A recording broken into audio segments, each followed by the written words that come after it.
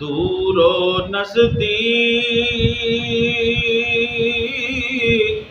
کے سننے والے وہ کان، دور و نزدیک کے سننے والے وہ کان، کان لالے کرامت پہ لاکھوں سلام، کان لالے کرامت پہ لاکھوں سلام۔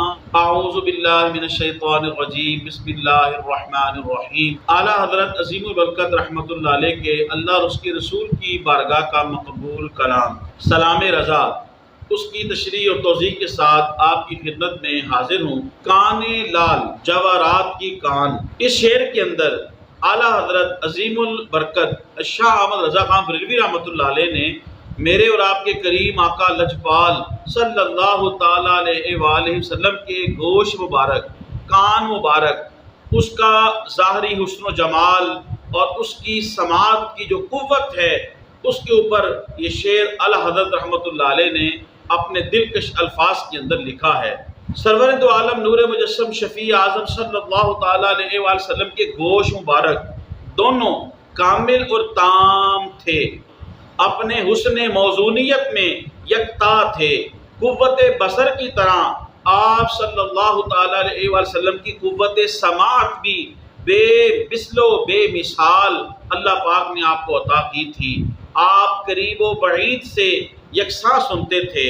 سیدنا ابو ہریرہ رضی اللہ تعالیٰ عنہ سے روایت ہے، آپ مدنی تاجدار رحمت عالم صلی اللہ تعالیٰ علیہ وآلہ وسلم کے مبارک حلیہ کو بیان کرتے ہوئے فرماتے ہیں کہ آپ کے سر کے بال ہلکے، خمدار، دراز پلکوں والی آنکھیں، حسین اور پاکیزہ چہرہ، خوبصورت ریش مبارک، اور آپ کے دونوں کان کامل تھے۔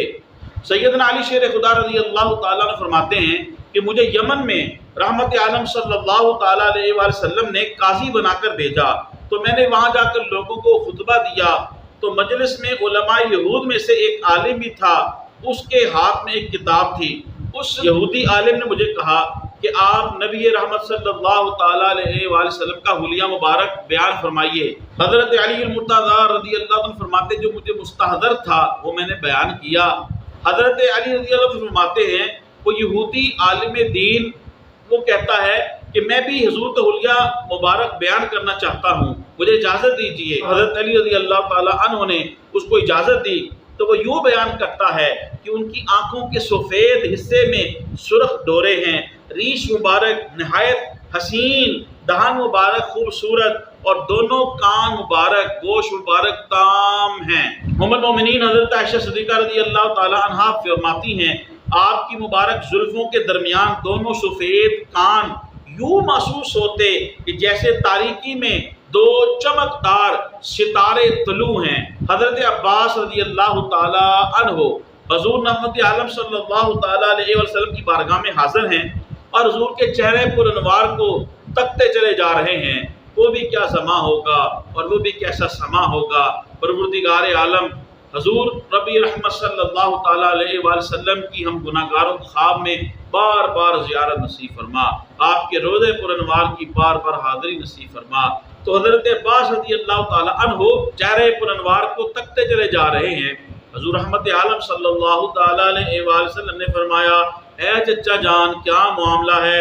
میں نے عرض کیا، یعنی آپ کے چچا عرض کرتے ہیں یا رسول اللہ صلی اللہ تعالیٰ علیہ وآلہ وسلم اگرچہ میں اس وقت مسلمان نہیں ہوا تھا مگر میں آپ کی ذات سے بچپن ہی سے متاثر ہوں، کیونکہ جب آپ تو گھوڑے میں تھے میں نے اس وقت بھی دیکھا کہ آپ چاند سے گفتگو فرمایا کرتے تھے اور چاند آپ کی انگلی کے اشارے پہ رقصاں تھا۔ اعلیٰ حضرت نے کیا خوب فرمایا، چاند جھک جاتا جدھر انگلی اٹھاتے مہد میں، کیا ہی چلتا تھا اشاروں پر کھلانا نور نور کا کیا ہی چلتا تھا اشاروں پر کھلانا نور کا۔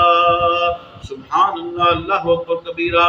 اور جب حضرت عباس رضی اللہ تعالیٰ عنہ نے حضور کو یہ عرض کیا، میرے اور آپ کے کریم آقا لجپال صلی اللہ تعالیٰ علیہ وآلہ وسلم فرماتے ہیں، چچا جان یہ بات کی باتیں ہیں، آپ کو اس وقت کے بارے میں بتاتا ہوں جب میں شکم مادر میں تھا۔ سبحان اللہ۔ حضور شاہ فرماتے ہیں، مجھے اس ذات کی قسم جس کے قبضہ قدرت میں میری جان ہے، میں شکم مادر میں لوہے محفوظ پر چلنے والی قلم کی آواز سنتا تھا، اور اسی طرح شکم مادر میں چاند کے عرش اعظم کے سامنے سر بسجود ہونے کی آواز کو بھی سنتا تھا۔ سبحان اللہ، اللہ اکبر کبیرہ۔ اسی طرح حضرت ابو ذر اور حضرت حکیم بن حزام رضی اللہ تعالی عنہما بیان کرتے ہیں، ایک مرتبہ سرکار دو عالم صلی اللہ تعالیٰ علیہ وسلم نے صحابہ کرام رضوان اللہ علیہ مجمعین کی مقدس جماعت سے پوچھا، تم کچھ سن رہے ہو؟ صحابہ نے عرض کیا، یا رسول اللہ صلی اللہ تعالیٰ علیہ وسلم ہمیں تو کچھ سنائی نہیں دے رہا۔ آپ صلی اللہ تعالیٰ علیہ وسلم نے ارشاد فرمایا، میں وہ دیکھتا ہوں جو تم نہیں دیکھتے، میں وہ سنتا ہوں جو تم نہیں سنتے، اور میں اس وقت آسمان کی چرچراہٹ سن رہا ہوں، اور آسمان کی اس طرح کرنے میں کوئی برائی نہیں، کیونکہ اس پر ایک بالشت بھی ایسی جگہ نہیں جہاں فرشتہ اللہ کے حضور سجدہ ریز نہ ہو۔ اس لیے اعلیٰ حضرت عظیم البرکت رحمۃ اللہ علیہ نے حضور نبی کریم صلی اللہ تعالیٰ علیہ وسلم کے کان مبارک، گوش مبارک، اس کے بارے میں یہ شعر لکھا کہ دور و نزدیک سننے والے وہ کان لعل کرامت پہ لاکھوں سلام۔ آپ صلی اللہ تعالیٰ علیہ وسلم کے کان مبارک کو کہا، گوش مبارک کو کہا، آپ صلی اللہ تعالیٰ علیہ وسلم کے گوش مبارک کرامت اور اعجاز کی جواہرات کی کان ہیں۔